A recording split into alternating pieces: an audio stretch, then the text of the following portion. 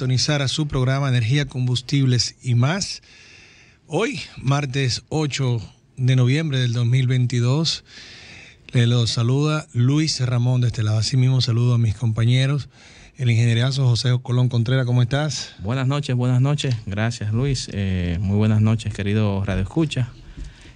Aquí estamos, como todos los martes, tratando de traer contenido útil, valioso para los que nos oyen, los que pueden utilizar esto para otros fines, ya sea de interés comercial o de interés propio. Aquí estamos y esperamos que sea de agrado. Y nada, seguimos. Bueno, así mismo le enviamos saludos a nuestro compañero Ignacio Matos, quien por razones laborales no pudo estar presente, y también sabemos que está de alguna manera colaborando con el conteo de los votos de las elecciones congresuales de los Estados Unidos. Está muy pendiente él, bastante, y uno está bromeando con esto, pero realmente tiene una incidencia bastante grande en el mundo entero estas elecciones congresuales, porque son quienes aprueban los financiamientos, los préstamos, las razones del por qué se destinan las ayudas grandes de parte de los Estados Unidos, y así tantas otras cosas de esta primera potencia económica mundial, principal socio comercial de nosotros y así de muchos otros países. Así que estemos pendientes de qué pasa en esto. Sí, el control pasa, o el control quedará en los republicanos o si irá a los demócratas. Esto es muy importante, son de cortes distintos. E incluso en materia de combustibles y asimismo en la agenda ambiental, ambos lados tienen mucha repercusión de una cosa u otra. Bueno, dicho esto, damos saludo a nuestra colaboradora, bueno, ya asidua, quien nos da el honor de acompañarnos y siempre traer temas interesantes. Dolly Cruz, muy buenas noches, Dolly, ¿cómo estás? Muy buenas noches, Luis Colón. A Ignacio le mandamos saludos, todos amigos, colegas, y más que complacida de estar nuevamente por acá en el programa como colaboradora, esperando que lo que tratemos esta noche sea de utilidad para los radioescuchas, para todos los usuarios ordinarios y todo el que pueda sacarle provecho a lo que de manera tan interesante y de manera dedicada se trae en cada entrega en este programa. Bueno, así es. Bueno, dada la bienvenida, señores, le comentamos que tenemos dos platos fuertes que están bastante correlacionados. Hoy toca la cápsula de los jóvenes investigadores de Energía Journal. Estamos hablando de Miguel Esteves y de Ramón y de Emilio de Jesús Grullón. La cápsula de Energía Journal es I+D+I en energía. Quienes han leído un poco de investigación, un poco, no hay que leer tanto, pues conocen bien lo que es el I+D+I. Así que, bueno, ellos nos van a hablar de manera virtual. Y asimismo vamos nosotros a tratar de manera presencial, digamos, como una especie de complemento de este mismo, del tema que van a tratar, que perdón, no lo dije, es movilidad eléctrica en República Dominicana, trayendo matices nuevos, porque ya esto es un tema que lo hemos hablado en este programa varias veces, pero siempre le damos matices distintos, desde ópticas distintas. Y yo estoy totalmente convencido de que los jóvenes de Energía Journal van a traer pues cosas nuevas sobre este tema. Entonces nosotros aquí vamos, como le digo, a complementar y también a traer informaciones nuevas y un tanto calientes de actualidad, también relacionadas a la movilidad eléctrica, pero asimismo también en cuanto al almacenamiento de energía mediante baterías. ¿Qué está pasando normativamente con estos dos temas? Esto es muy importante porque, señores, generalmente nos damos cuenta qué está pasando con esto cuando lo tenemos en el comercio, en el negocio, cuando lo tenemos arriba. Es mejor irnos nosotros como ciudadanos un paso adelante y decir, bueno, pues si está hablando normativamente, háblenos un poco más, no solamente nosotros, este medio, sino exigirle a los comunicadores, a las mismas instituciones, que se abran un poco más de cuáles son los cambios más importantes que trae para la ciudadanía estas normativas en torno a la energía y a la movilidad eléctrica. Dicho esto, damos paso inmediatamente a la cápsula I+D+I en energía por parte de Energía Journal. Muy buenas noches. Buenas noches. Adelante, Miguel. Buenas noches, me copian. Claro, Así es. ¿Cómo estás? Buenas noches, ¿qué tal? ¿Qué tal, Luis Salcedo, José Colón? ¿Cómo te sientes? ¿Cómo está el clima en el norte? Un poquito nublado en el día de hoy, pero todo bastante bien. No como ustedes allá en Santo Domingo. Lamentable lo que ha sucedido con el tema del desastre que pudimos presenciar, pero es una realidad y está ahí y debemos afrontarla y trabajarla. Adelante. Para todos nuestros radioescuchas, Miguel Esteves, señores, de Energía Journal, nos está colaborando desde la zona norte. Hoy Emilio me parece que estará o no estará, Emilio. Emilio no anda por aquí, tuvo un día bastante fuerte, estuvo presentando hoy dos sustentaciones de investigaciones bastante interesantes. Una tiene que ver con el tema del mapa de resiliencia energética, están presentando esa investigación.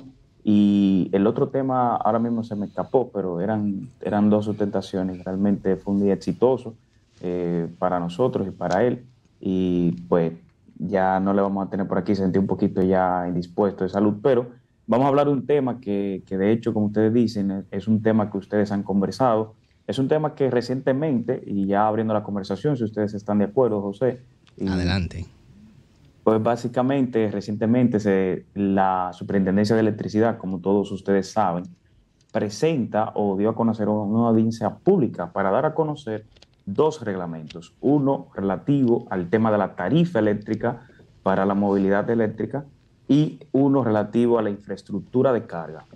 Y antes de irnos en ese detalle, a mí me gustaría armar un poco el contexto de dónde sale todo esto, porque quizás no entendemos o no conocemos que esto no es algo que surgió de la noche a la mañana, sino que se viene ya trabajando. De hecho, desde que se promulga la ley 6317, que es la que es el contexto global de todo lo que tiene que ver con la movilidad en sentido general en la República Dominicana, lo que establece esa ley como principal objetivo es que se modernice nuestro parque vehicular y que esta modernización traiga consigo una disminución a los efectos sobre el clima en cuanto a lo que tiene que ver con la contaminación. Saben ustedes que el sector transporte es uno de los sectores que tiene mayor peso sobre la emisión de gases de efecto invernadero.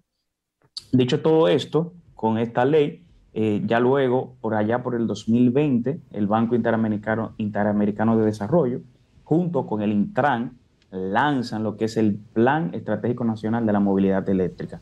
No sé si lo han conversado, lo han sazonado allá con ustedes en el programa, pero les cuento un poquito.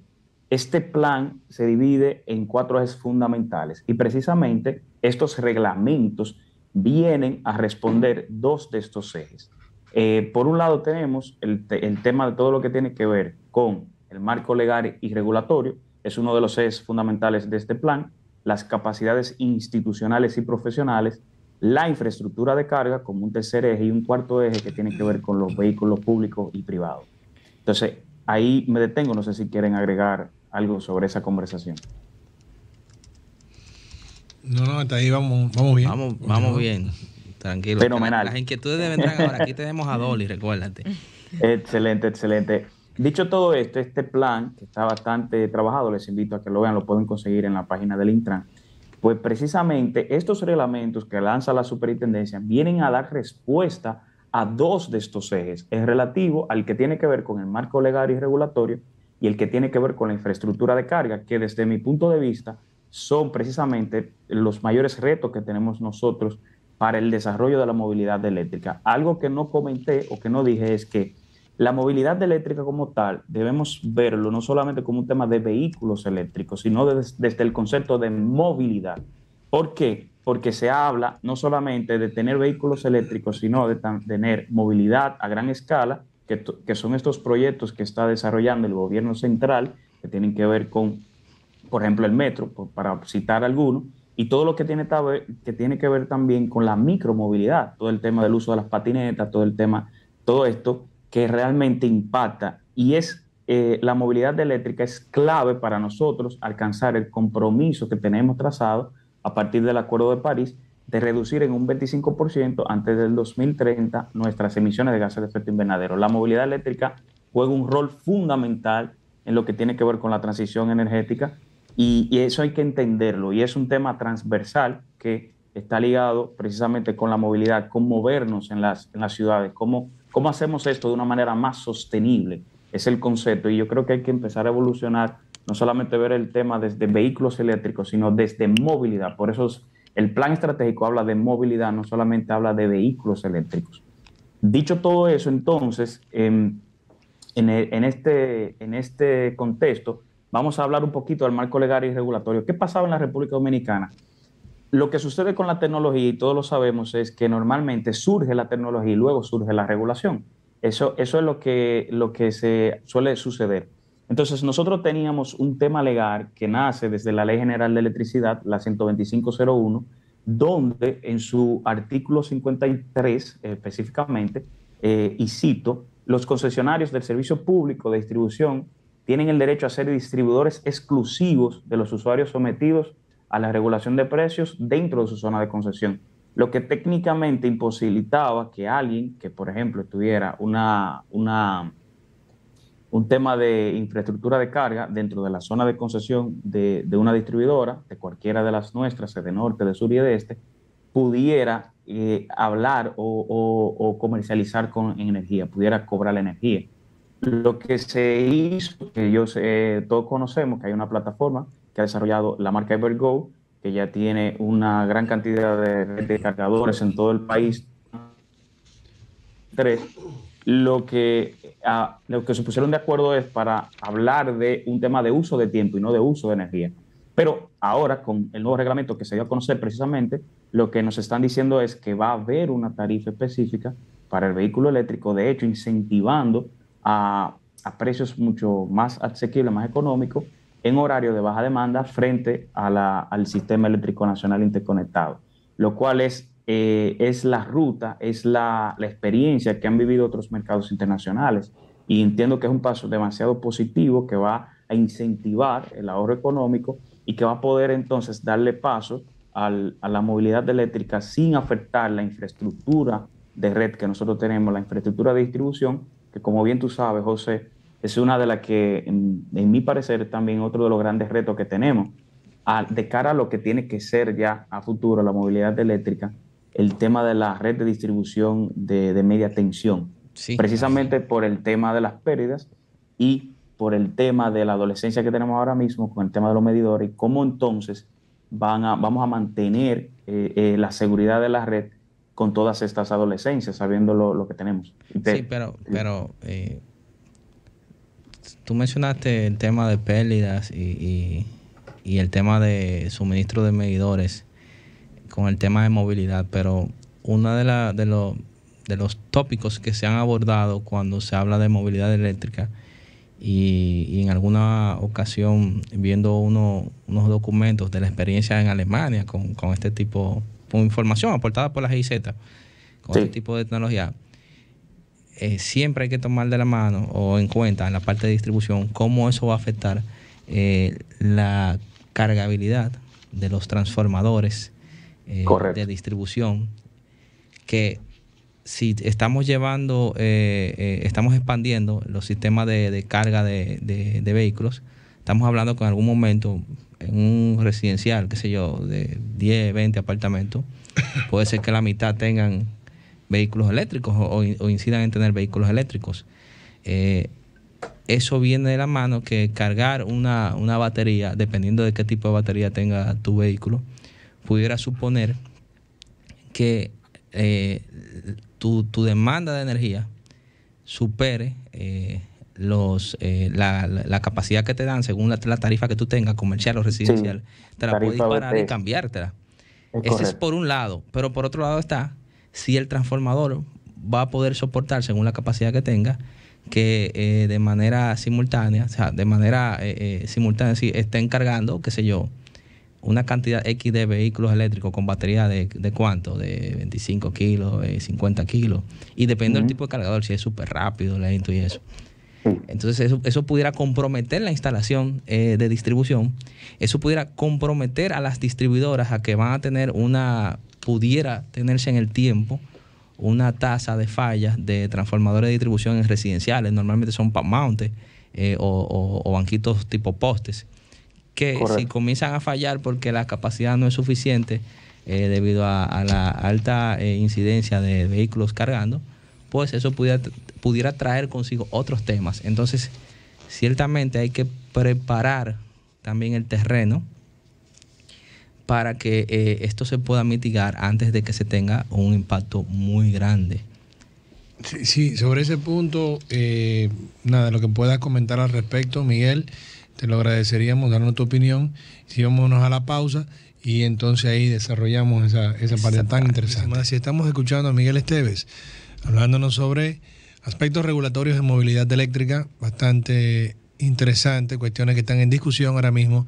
Y bueno, el ingenierazo José Colón pues le hizo ahora unos comentarios y al respecto pues Miguel se quedó comentándonos, dando su opinión. ¿Puedes continuar, Miguel, por favor? Gracias, Luis. Bastante importante lo que dices, José, y de hecho el reglamento que tiene que ver con la infraestructura de carga precisamente quiere responder a eso. Aquí se crea entonces la figura del gestor de punto de carga, y la distribuidora lo que busca la superintendencia con esto es que haya cierta regulación sobre cómo se van instalando o se van desarrollando estos puntos de carga. Y no es que cualquiera ahora puede pues instalar estos puntos de carga y no tener ningún control. Y en el caso de lo que tiene que ver con la parte residencial, José, sumamente importante, yo creo que en este punto hay que seguir poniéndose de acuerdo. Hay una iniciativa muy interesante que escuché hablar al ingeniero Carlos La Antigua de Giga Auto, y él mencionaba una aplicación donde tú tenías un cargador o una red de cargadores, ¿no? Porque ahora no puedes instalar todos un montón de cargadores en un sector residencial, y que estos estaban una vez interconectados en una especie de red, y según el nivel de carga de tu vehículo, pues iban turnando hasta que tuvieran, es decir, con un cargador o dos cargadores, cargar más de un vehículo, o sea, cargar pon como ejemplo algunos 6 vehículos. Y eso es lo que debe suceder en el futuro, porque no habrá capacidad suficiente en la red para que todos tengamos un servicio de abastecimiento de energía en el vehículo independiente. Y también otro paso que debe suceder, ya hablando un poquito hacia el futuro, porque estuvimos viendo todo el marco desde dónde venimos, en dónde estamos y hacia dónde vamos. Recuerden que está el concepto, que yo visualizo que todavía tenemos un gran tramo por recorrer para llegar allá, del V2G, que es el Vehicle to Grid o vehículo a la red, donde ya el vehículo eléctrico no solamente se ve como un consumidor de energía de la red, sino que se ve como un elemento activo que puede aportar potencia activa en un momento dado según las interacciones. Para ello hay diferentes tipos de tecnología. Ahí surgirá entonces un montón de transacciones, no solo económicas y comerciales y de tema energético, donde, por ejemplo, sabemos que se han desarrollado tecnologías basadas en la plataforma blockchain para llevar el control y la seguridad de todas estas transacciones, porque estamos hablando de datos que son bastante complicados, y puede haber allí algún tema. Pero imagínate tú que todavía a nivel de distribuidora, nosotros todavía no hemos llegado a la figura de la comercializadora todavía. Entonces, hay que ver cómo va evolucionando todo el tema.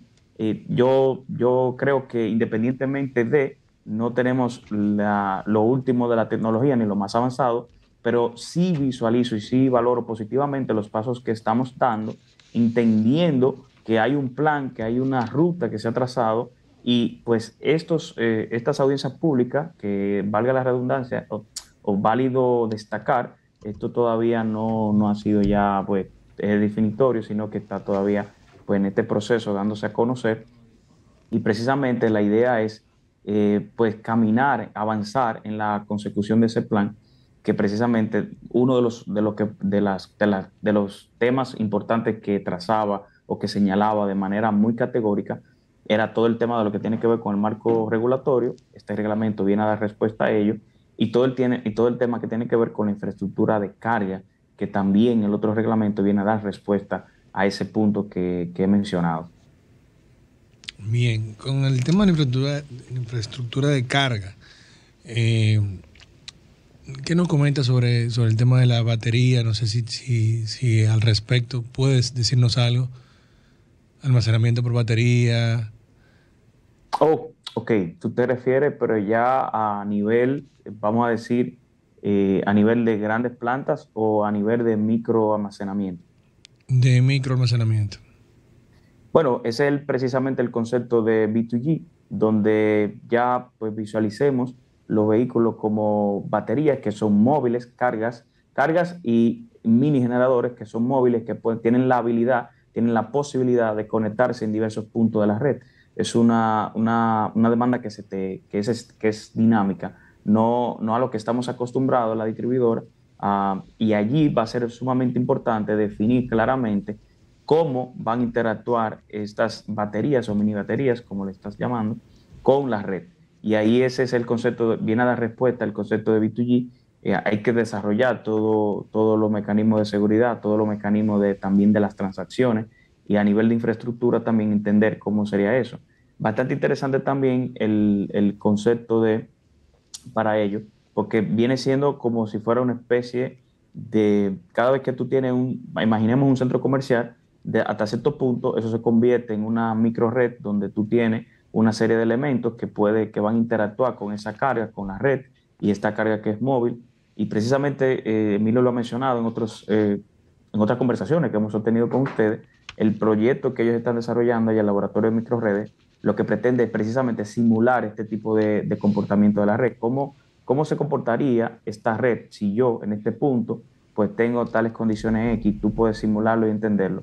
O sea que estamos dando los pasos hacia esa dirección, y evidentemente, o sea, para poder explotar de la manera correcta y llevar a su máxima categoría todas las bondades de lo que tiene que ver con la movilidad eléctrica y el vehículo eléctrico, es sumamente importante llegar a este punto, porque estamos hablando de qué es lo que va a permitir reducir los costes, y es lo que va a permitir también de que toda esa energía que nosotros podamos generar, todos esos excedentes a partir de las renovables, pues puedan ser aprovechadas por esos vehículos eléctricos, y que en un momento dado donde la red requiera de esa energía, cuando tenemos la ausencia del sol o el viento, pues esas baterías que están distribuidas en toda la geografía puedan aportar, y que haya una coordinación, un cierto nivel de automatización, donde eso se pueda hacer a través de una plataforma que habrá que desarrollarla. Es algo que ya se está viviendo, se está experimentando ya en países como Alemania, pero habrá que desarrollarla acá y entender cómo va a funcionar. Pero para ello estamos pasando de no tener ninguna regulación ni ningún reglamento en cuanto a lo que tiene que ver con la tarifa y la infraestructura de carga, a tener ya la figura regulada, obviamente, del gestor de carga, y a tener ya un concepto, un marco legal definido de la tarifa, cómo va a ser, con unos incentivos naturales que son bastante adecuados, de que los usuarios consuman su energía o carguen sus vehículos en un horario donde el sector o la demanda de energía es menor, precisamente porque entonces va a ser mucho más barato. O sea, va a ser en la madrugada. Correctamente. Correctamente. Solamente así. Correctamente. Pero ya eso será algo automático, ¿verdad? Tiene que suceder, tiene que haber ya una definición. Ese vehículo va a definirse cuándo va a hacer esa carga, y porque no vas a estar tú allí conectándolo de madrugada, ¿verdad? Que tiene un vehículo eléctrico y... Sí, lo que pasa es que ahí ya eso es como un comentario entre un paréntesis. La demanda energética, los picos máximos de demanda energética en nuestro país se dan en función de la estacionalidad, de la temperatura. O sea, fácilmente en cualquier día de estos, si el momento que hace más calor a la 1 de la tarde, a esa hora se da la máxima demanda. ¿Entiendes? Sí, entonces, 100%. Y está establecido ya según el seguimiento y los estudios, los indicadores que lleva el organismo coleador. Y es que la mayor demanda creo que está dando ahora mismo, se está entre 8 y 12 de la noche, creo que por ahí es que anda, los periodos que se tienen establecidos, que el costo de energía es más caro. Sí, a nivel comercial e industrial, el tema que tiene que ver con la estacionalidad directamente, que es los equipos de climatización, en este caso representan alrededor del 60-70% de consumo energético. Sí. Eso te explica por qué entonces hay una mayor demanda de energía en esos horarios que tú acabas de indicar, José. Sí. Entonces, ahí vuelvo y te digo, si nos vamos a que algún sistema pueda definir en qué momento hay una menor demanda del sistema en general y se pueda poner a cargar un vehículo eléctrico, o sea, particularmente en cómo se comporta en nuestro país la demanda, yo entiendo que sería en horas de la madrugada.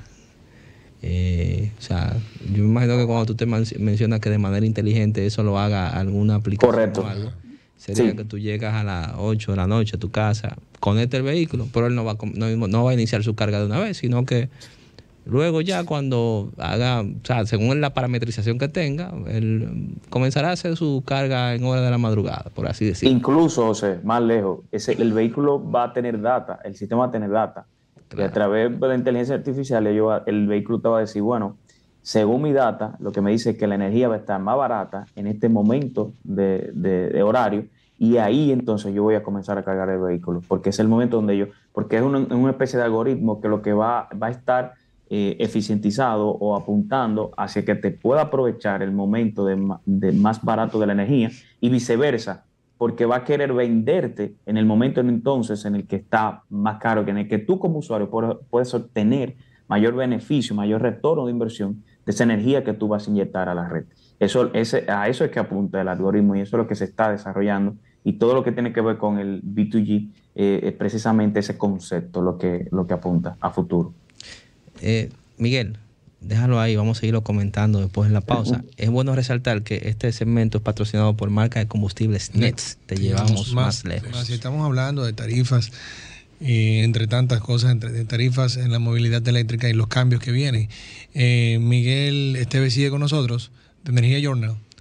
Sí, estoy por aquí. Ok, Miguel, ahora nosotros aquí estábamos hablando backstage, que cuando una persona que tiene un vehículo eléctrico sale de su casa y quiere abastecerse de energía, comprar energía, porque no lo pudo abastecer en su casa por la razón que sea o porque se quedó sin energía, para que el consumidor sepa cómo es ahora mismo. O sea, se para hay lugares donde les venden la energía del vehículo ahora mismo, si lo hay, no lo hay. Hay lugares que venden exclusivamente energía para el vehículo, o es lugares que tienen muchos productos y servicios y entonces lo venden a un precio simbólico para que ese cliente vaya al establecimiento. ¿Cómo es ahora mismo para que el cliente sepa cómo estamos ahora? Excelente. Ahora mismo la red de infraestructura de carga, la plataforma la tiene Evergo, como yo mencioné. Ellos tienen más de 150 cargadores de diversos nivel 2, nivel 3, distribuidos en toda la geografía nacional. Y anteriormente a esta reglamentación, ¿verdad?, a esta tarifa, pues en teoría ninguna persona o institución estaba autorizada a vender energía, sino que en este caso de Evergo, por ejemplo, para citarte, que es bastante popular o bastante conocida en el mundo, en este sector de la movilidad eléctrica en la República Dominicana, lo que había era un costo por uso del cargador, pero en base a una cantidad de tiempo. Entonces eso era lo que se estaba manejando, lo que se está manejando. Y esta plataforma, pues lo que estaba haciendo, por ejemplo, tú ibas al Supermercado Nacional, tú encontrabas un cargador de este tipo, y pues ellos utilizaban esa carga y a través de la aplicación podían cargar su vehículo. Y esto era como una especie de incentivo del mismo supermercado, donde ellos le decían al consumidor, mira, pues nosotros tenemos cargadores, tú puedes venir acá, nosotros apoyamos esto.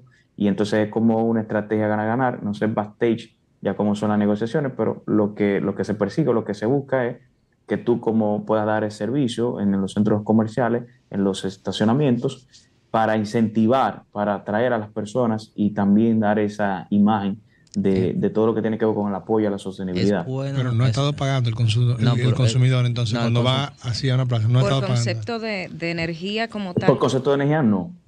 Pero sí es bueno aclarar lo que tú mencionaste backstage de lo que sería el establecimiento y la distribuidora.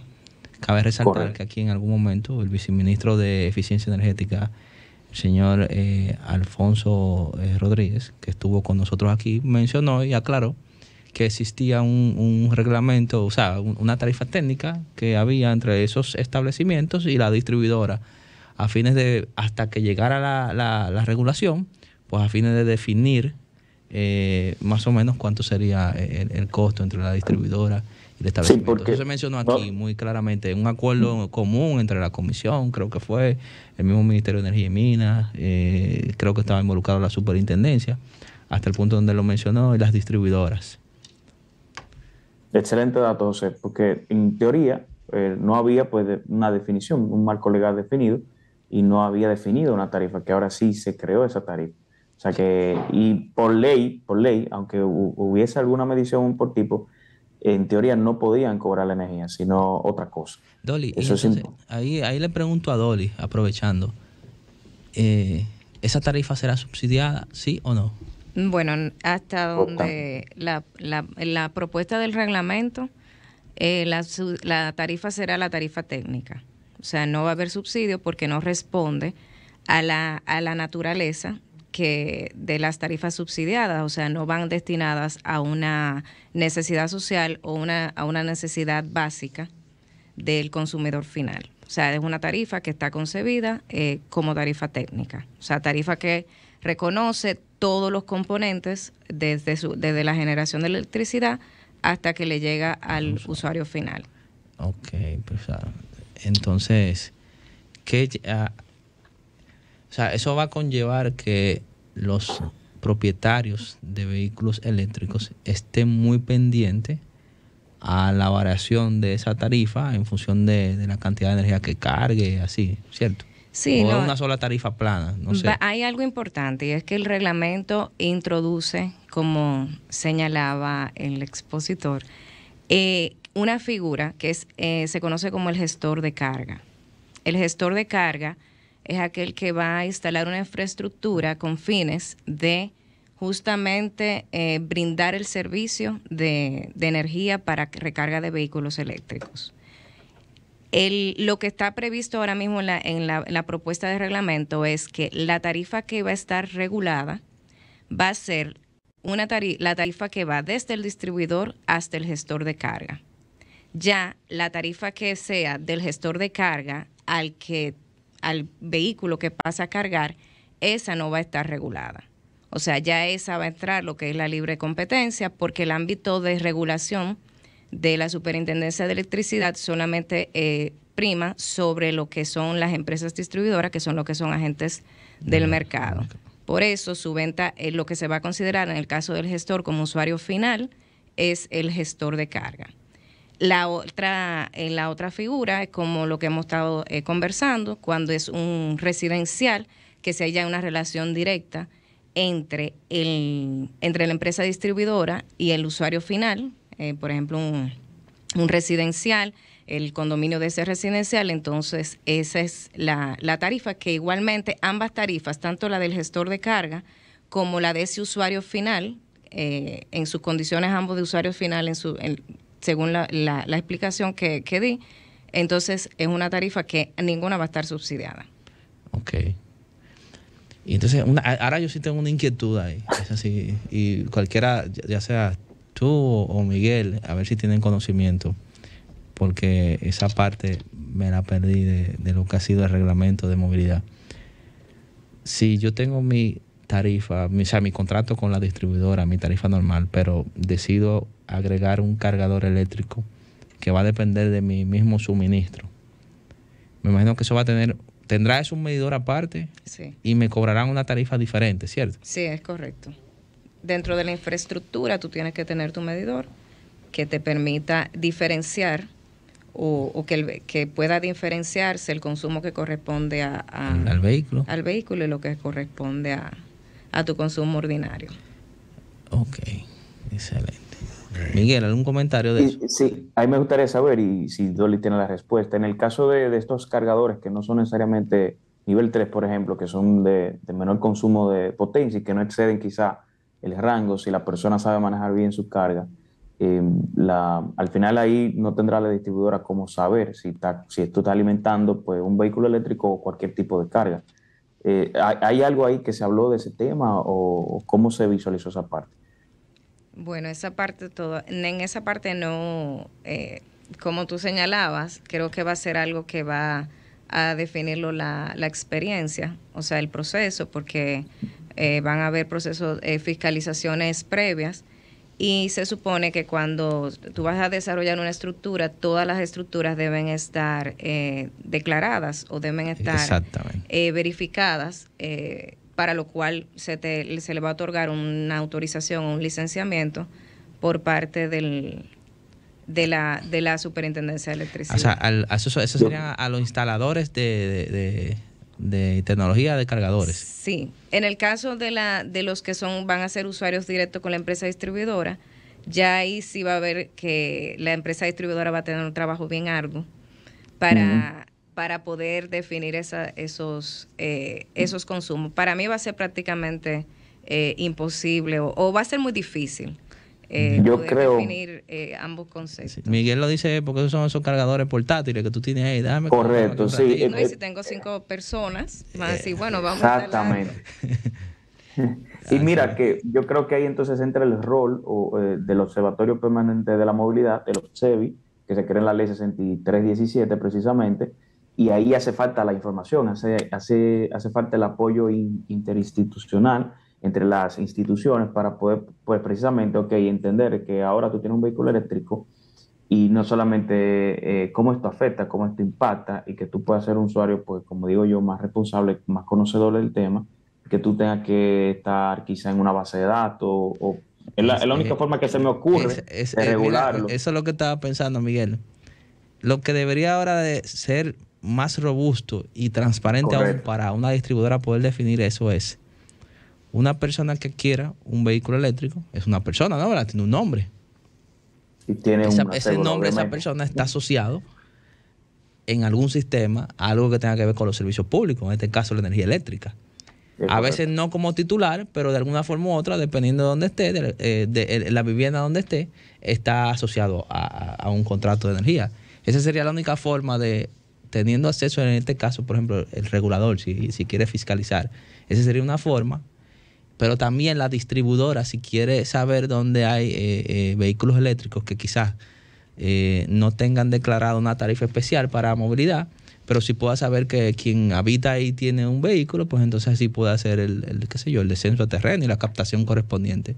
Eso sería lo propio sanamente, por así decirlo. Sí. Ya, creo que se ha pasando a la parte final. Una visión, me atrevería a apostar, a ponerla sobre la mesa. Una visión a futuro es que dentro de las ciudades, per se, ¿verdad? Dígase Santo Domingo, el futuro es que quizás sea inviable para nosotros que cada persona pues tenga un vehículo, sino que haya una red de transporte que sea autónoma y que estos vehículos se encarguen de movernos a todos y ellos se encarguen de entrar y salir de la red cuando sea necesario. Es una apuesta a futuro, algo muy futurístico, ya hablando un poquito ya de desarrollo, ¿verdad? Claro. Dejarlo sobre la mesa. ¿Qué les parece esa visión? Bueno, pues muchísimas gracias, Miguel Esteves de Energía Journal. Hoy extrañamos a tu compañero Emilio de Jesús Grullón, pero tú siempre pues nos comenta las cosas y nos deja bastante satisfechos. Así que muchas gracias por aportarle tanto a nuestros radioescuchas. Así que hasta la próxima con la cápsula de ustedes que dignamente la están desarrollando. Gracias a todos y buenas noches a todos. Hasta pronto. Y bueno, ahora vamos a la parte de datos breves y noticias, tanto en energía como en combustibles. ¿Qué nos dice Ingenierazo sobre datos breves? Vamos a anotar. Bueno, ya estoy cargando. Bueno, datos breves. Recuérdense que siempre damos las informaciones de cómo está el abastecimiento de la demanda de energía de todos nosotros, cómo está ese abastecimiento en función del tipo de fuente o de combustible que utilizan las centrales de generación.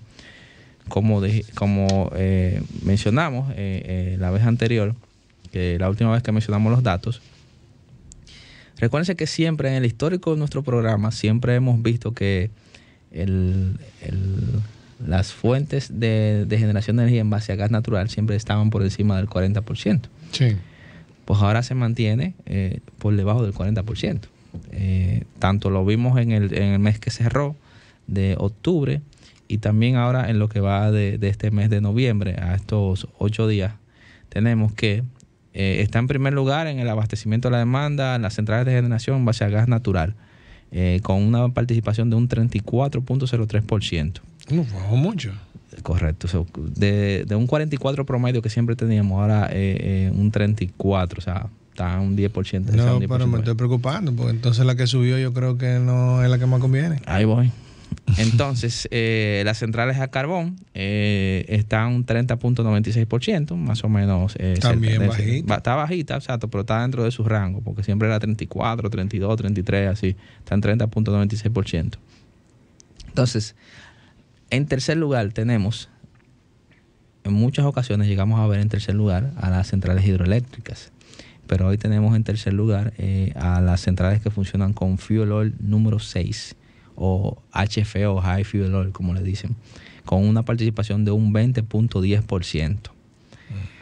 Luego siguen las centrales hidroeléctricas con una participación de un 7.49% en lo que va del mes de noviembre, estamos hablando. Luego le siguen las centrales... Perdón, yo creo que ahí subieron un poco la hidroeléctrica. La hidroeléctrica levemente sí subieron un poco. Sí, subieron un punto. Creo que se está aprovechando bien toda esta temporada de lluvia que hemos tenido. Porque realmente el fin de las hidroeléctricas no es la generación de energía. Eso es eso es lo último que ya están llamadas a hacer. ¿Cuál es el fin? Es un tema de reguío. Reguío, acueducto y cosas como eso. Perfecto.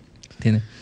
Entonces, luego siguen las centrales fotovoltaicas, tienen una participación que ha subido un 3.86% y subiendo porque cada vez se están incorporando más centrales de generación fotovoltaica. Luego le siguen las centrales eólicas con una participación de un 3.18%, más o menos no ha aumentado tanto, pero se mantiene alta. Y ya luego sigue la única central que tenemos que es con biomasa, que es San Pedro Bioenergy, que utiliza bagazo de caña y otros insumos maderables, con un 0.27%. Y en último lugar está las centrales con fuel oil número 2, que tiene una participación de un 0.10%. Hasta ahí los datos breves en materia de generación de energía en lo que va del mes de noviembre. Seguimos con los datos breves de combustibles. Bueno, en combustibles tenemos que los precios locales se mantienen igual. Esto pues manteniéndose la promesa del Poder Ejecutivo, el compromiso del Poder Ejecutivo de que mientras se mantenga entre 85 y 115 dólares el barril de WTI, pues se iban a mantener invariables los precios locales. Y ahí vamos, creo que repito, tenemos ahí una gran ventaja nosotros como país, gran ventaja económica, y creo que la estamos aprovechando porque realmente nuestra economía tiene sus bemoles, pero no ha tenido una curva de decrecimiento bastante grande, importante, y creo que, pues estoy convencido que los combustibles tienen bastante que ver. Así que le podemos comentar que el precio promedio de las gasolinas en la República Dominicana es de 257 pesos por galón y en el mundo está en 249 pesos por galón. Aunque estamos estables, estamos un poco por encima de la media mundial. Estamos hablando de 249 contra 257. Es decir, 8.7 pesos más caro en República Dominicana que la media mundial. Eso por ese lado. Entonces, en cuanto al barril, a los barriles de petróleo, que es lo que nosotros tenemos que estar todo el tiempo viendo, porque nosotros, de aquí no sale petróleo, como quisiera Juan Luis Guerra en su canción, pues de aquí no sale petróleo. Estamos hablando de que los últimos precios vistos en el día de hoy en la plataforma Oil Prices es de $88.55 el WTI y de $94.13 el Brent. Si comparamos los movimientos de la semana, lo que anunciamos el pasado martes, cómo se ha movido, cómo ha fluctuado todo estos días, podemos ver una estabilidad que para los bolsillos de las personas normales pues es muy buena, y en el mundo bursátil, que es lo que gobierna los precios de los combustibles, pues hay mucha incertidumbre y mantenerse estático de esta manera tiene varias lecturas. Entonces, ¿por qué lo vemos de esta manera? Hay reflexiones, en el mundo bursátil no hay leyes escritas, todo son cosas, son conclusiones que uno va sacando constantemente por las noticias, por los sucesos, por muchas cosas. Bueno, tenemos que la última reunión de la Reserva Federal de los Estados Unidos, en esta reunión aumentaron la tasa de interés o la política monetaria en un 0.75%, y por este aumento los mercados están aún tratando de interpretar en qué dirección va a ir el mercado o los mercados bursátiles con este aumento. Hay mucha presión para refinar y abunda realmente el petróleo. Esto es otra razón. Hay que ver, se está observando qué va a suceder con China y las decisiones que tome China con el COVID allá. No es solamente cómo vaya el COVID, sino qué decisiones continúe tomando China. Asimismo, hay que ver qué pasa con los efectos del alza de la política monetaria en los Estados Unidos, como le estuve diciendo. Y bueno, ya esto es un pensamiento de un asesor nuestro que nos dice, bueno, con la subida de la tasa de interés se desacelera la economía norteamericana, estadounidense, y con ello podrían bajar los precios. Entonces, aquí tenemos unas ideas del por qué se mantiene estable de esta manera el barril de petróleo. Ojalá que se siga manteniendo estable. Lo que suceda en los resultados de las elecciones congresuales en los Estados Unidos va a tener también su impacto en los mercados. ¿Tienes un comentario? Sí. Sí.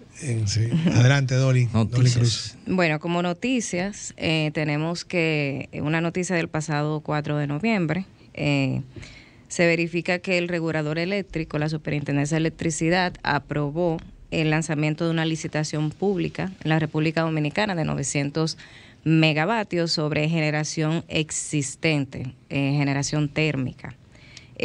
Prevé que esto se hizo a través de una solicitud, según dice la noticia, del Consejo Unificado de las Empresas Distribuidoras en representación de las empresas EDESUR, EDENORTE y EDEESTE, y que se justifica en el incremento de la demanda de energía y potencia, principalmente a partir del año 2021, en atención a que el suministro de energía creció en más de un 15% en relación con el año 2020. Igualmente,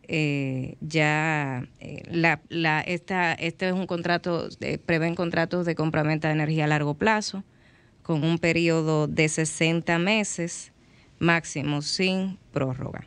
Esos son básicamente los términos generales de referencia. De igual, en ese mismo orden, se verifica que con relación a la licitación, una licitación que fue anterior, la de la central de Manzanillo, según se verifica en la noticia, aún los borradores finales de los contratos, la superintendencia otorgó un plazo, una prórroga, para que los mismos fueran presentados ante dicho organismo hasta a más tarde del día 30 de noviembre del año en curso. Okay. Entonces, sí. Noticias interesantes. Cuando hablamos de licitación de energía en base a generación existentes, es para las centrales que ya están en el sistema, que quizás no cuentan con contratos fijos sino que venden el spot, quizás algo así, me imagino. Pues sí, esa es una. De hecho, hay otra posibilidad es centrales que por una razón han salido de operación comercial y están en mejoramiento de la central, o en mantenimiento que mantiene su concesión, sería. Exactamente. Que pudieran estar manteniendo su concesión. Puede ser que otros trabajen una modificación de su concesión existente. Exacto. Si quieren ampliar su capacidad que les permita participar en este tipo de licitación. Entonces, creo que por ahí va el... Atención, interesados.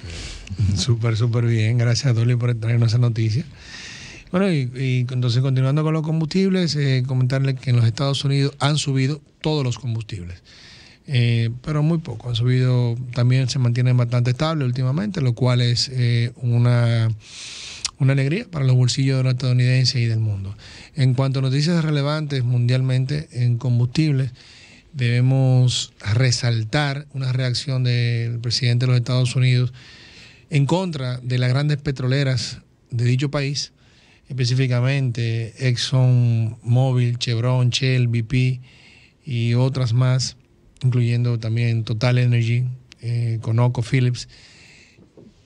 ¿Cómo fue esta reacción? Bueno, lo que sucede es que Joe Biden dice, ustedes tuvieron unas ganancias brutales en el primer trimestre cerrado de este año, como nunca.